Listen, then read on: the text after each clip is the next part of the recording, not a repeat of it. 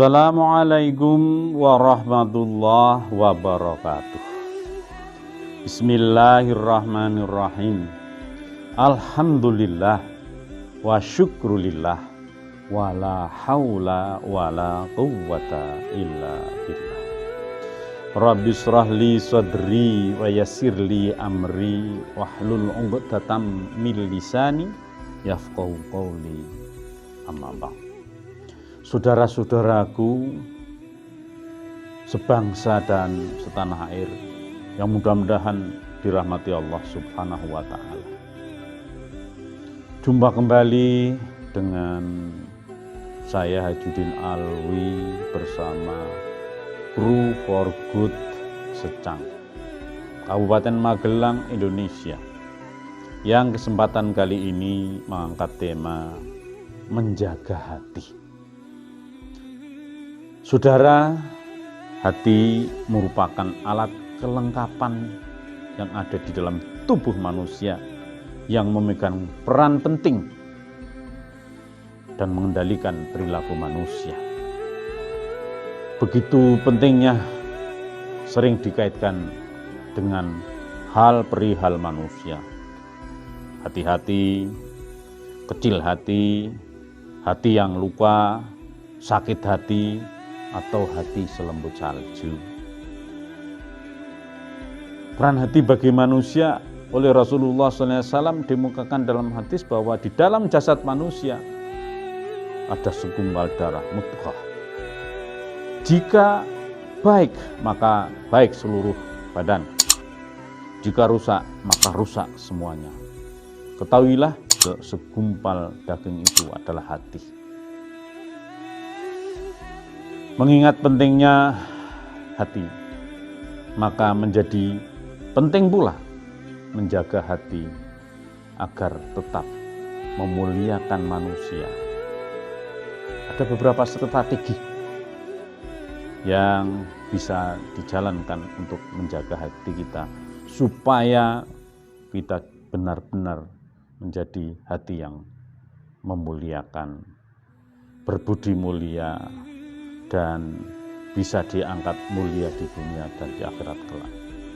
Yang pertama, saudara, perbanyak zikir. Zikir adalah sebuah pengakuan secara spiritual bagi seorang manusia kepada Sang Khalik, Sang Pencipta, yang dilaksanakan dengan lisan, diikuti dengan batiniah. Pelafalan zikir melahirkan ekspresi kecintaan dari yang papa, dari yang lemah, dari yang tidak memiliki apa-apa kepada Sang Maha Segala, Allah Subhanahu wa Ta'ala. Kepasrahan tersebut kemudian melahirkan ketenangan di hati. Maka ketika kita berzikir, berfokuslah, seriuslah, tartillah dalam mengucapkan zikir tersebut. Subhanallah, alhamdulillah, la ilaha illallah, Allahu akbar. Renungi, hayati. Insya Allah manfaatnya dapat dirasakan. Allah Subhanahu wa Ta'ala memberikan perintah kepada manusia untuk berzikir, wasbir ala ma yaquluna sabbih bihamdi rabbika qabla tulu'asy syamsi wa qabla ghurubiha wa minal laili fasabbih wa dharafan nahar li ayatilaka la tarda wa dharafan nahari la'allaka tarda. Bertasbih dengan memuji Tuhanmu di waktu sebelum matahari terbit, sebelum terbenam matahari, di tengah malam, maupun di sepanjang siang. Agar apa? Allah mengatakan agar merasa tenang. Yang kedua, dalam menjaga hati, saudara, dengan baca Quran. Al-Quran adalah kitab suci yang memiliki multi manfaat, baik di dunia maupun di akhirat. Di samping itu, Quran juga sebagai mukjizat. ketika kita bernyanyi sebuah lagu akan berdampak pada sisi emosi kita. Lagu sedih ikut sedih, lagu riang ikut bergembira. Tetapi ketahuilah, seorang tokoh musik nasional pernah menyatakan bahwa membaca Quran efeknya, manfaatnya menembus batas seluruh bagian otak,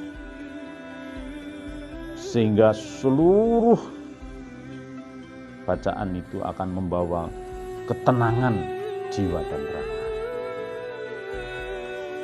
Allah Subhanahu wa taala menyatakan a'udzubillahi minasyaitonir rajim. Innamal mu'minuna alladzina idza dzukirallahu wajilat qulubuhum wa idza tuliyat 'alaihim ayatuhu zadatuhum imana wa 'ala rabbihim yatawakkalun. Surat An-Anfal ayat 2. Ciri orang mukmin itu jika disebut asma Allah hatinya bergetar. Dibacakan ayat bertambah iman, dan pada Allah lah orang mukmin itu bertawakal. Dengan kita membaca ayat Allah Subhanahu wa taala diharapkan membawa efek positif, sehingga menciptakan sebuah gelombang positif, aura yang baik terhadap hati kita dan jiwa menjadi tenang. Yang ketiga, saudara, dengan bersyukur. Cara ini cukup jitu dalam melunakkan hati seseorang. Syukur merupakan wujud penerimaan terhadap segala jenis pemberian. Padahal hidup ini adalah sekedar menerima anugerah pemberian dari Allah Subhanahu wa taala. Apa sih yang kita bisa perbuat? Apa sih yang bisa kita lakukan selain kita sebetulnya hari-hari, waktu-waktu hanya menerima pemberian dari Allah Subhanahu wa taala. Maka ketika kita ingin menjaga hati kita, banyaklah bersyukur. Ucaplah alhamdulillah. Bahkan dalam keadaan apapun, yang menyenangkan, kurang menyenangkan, yang nikmat atau dianggap tidak nikmat, alhamdulillah. Dengan alhamdulillah insya Allah nikmat itu akan makin bertambah, hati kita makin tenang, makin tenang. Allah menyampaikan firman-Nya, la in syakartum la azidannakum wa la in kafartum inna adzabi lasyadid. Barang siapa bersyukur maka nikmatnya akan ditambah. Barang siapa yang kufur tidak nikmat, tidak mensyukuri, maka nikmatnya akan dihilangkan. Bahkan Allah menjanjikan azab yang pedih. Contoh, ketika kita makan hanya dengan sepotong ikan asin, syukurilah, nikmatilah. Jangan membayangkan makan kok hanya dengan gereh, dengan ikan asin, mbok sekali-kali yang gulai sate, itu malah menderita. Tetapi sepotong ikan asin yang disyukuri menjadi lebih nikmat daripada membayangkan makanan yang berada di restoran. Maka manajemen hati bagi yang selalu bersyukur akan mendatangkan kedamaian. Yang keempat, saudara-saudaraku, husnudzonlah kepada Allah. Sering kita mendengar cerita bahwa seorang ibu melarang anak balitanya untuk bermain pisau tajam. Anaknya berontak, anaknya melawan.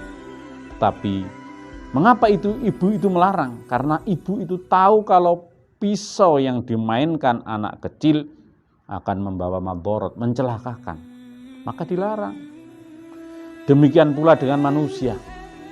Barangkali kita selalu mengeluh atas kekurangan-kekurangan kita. Barangkali kita mengeluh atas doa-doa yang tidak dikabulkan atau cita-cita yang tidak kesampaian. Ketahuilah, Allah yang Maha tahu tentang ukuran kekuatan kapasitas kita. Barangkali kalau kita diberikan rezeki yang banyak, uang yang banyak, justru melenakan kita. Maka saudara-saudara sekalian, kita barangkali tidak mampu ketika diberi perusahaan. Padahal sebuah perusahaan dengan 1.000 karyawan dalam 1 bulan harus mengeluarkan paling tidak 1 miliar. Berat kan? Nah, maka sikap yang paling bijak manusia sebagai hamba Allah adalah menjaga keseimbangan hati dengan husnudzon. Tidak perlu banyak berprasangka kalau doa kita tidak terkabul.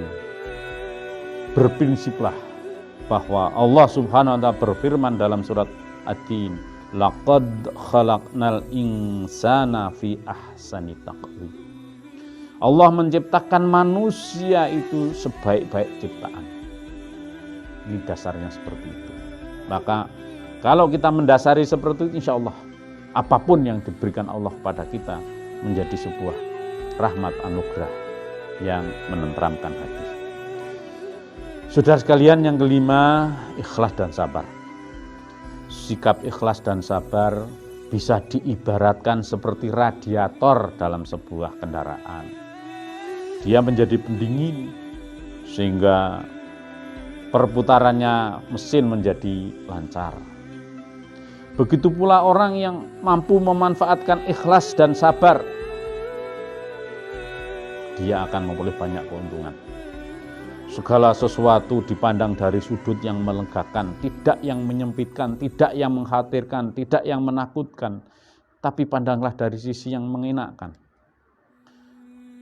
Hidup dihadapi dengan enteng, dengan ringan, tidak perlu dipersoalkan mendetil. Oleh karenanya, apabila kita bisa mengambil cara yang demikian, insya Allah kita akan hidup dengan adem, ayem, tenteram. Allah menasihati kepada kita, a'udzubillahi minasyaitonirrajim, وَلَنَبْلُوَنَّكُمْ بِشَيْءٍ مِنَ الْخَوْفِ وَالْجُوعِ وَنَقْصٍ مِنَ الْأَمْوَالِ وَالْأَنفُسِ وَالثَّمَرَاتِ وَبَشِّرِ الصَّابِرِينَ. Allah akan menguji pada manusia dengan berbagai hal. Dengan ketakutan, dengan kekhawatiran, kecemasan, berkurangnya harta, berkurangnya fungsi tubuh, sehingga penyakit dan seterusnya, serta bahan makanan. Semua itu Allah menasihati, wa basyiris sabirin, hadapilah dengan sabar. Karena orang-orang yang sabar akan mendapatkan kegembiraan. Orang-orang yang sabar akan dapat mendatangkan kebahagiaan. Meskipun untuk menjadi sabar memerlukan latihan, memerlukan kekuatan. Tetapi setelah diperoleh cara yang tepat untuk sabar, insya Allah bahagia itu akan datang pada waktunya. Demikian saudara-saudara kalian, mudah-mudahan bermanfaat, menyegarkan hati, menyegarkan pikiran untuk selalu berbuat kebaikan. Sampai jumpa kembali. Akhirul kalam, billahi taufiq wal hidayah. Assalamualaikum warahmatullahi wabarakatuh.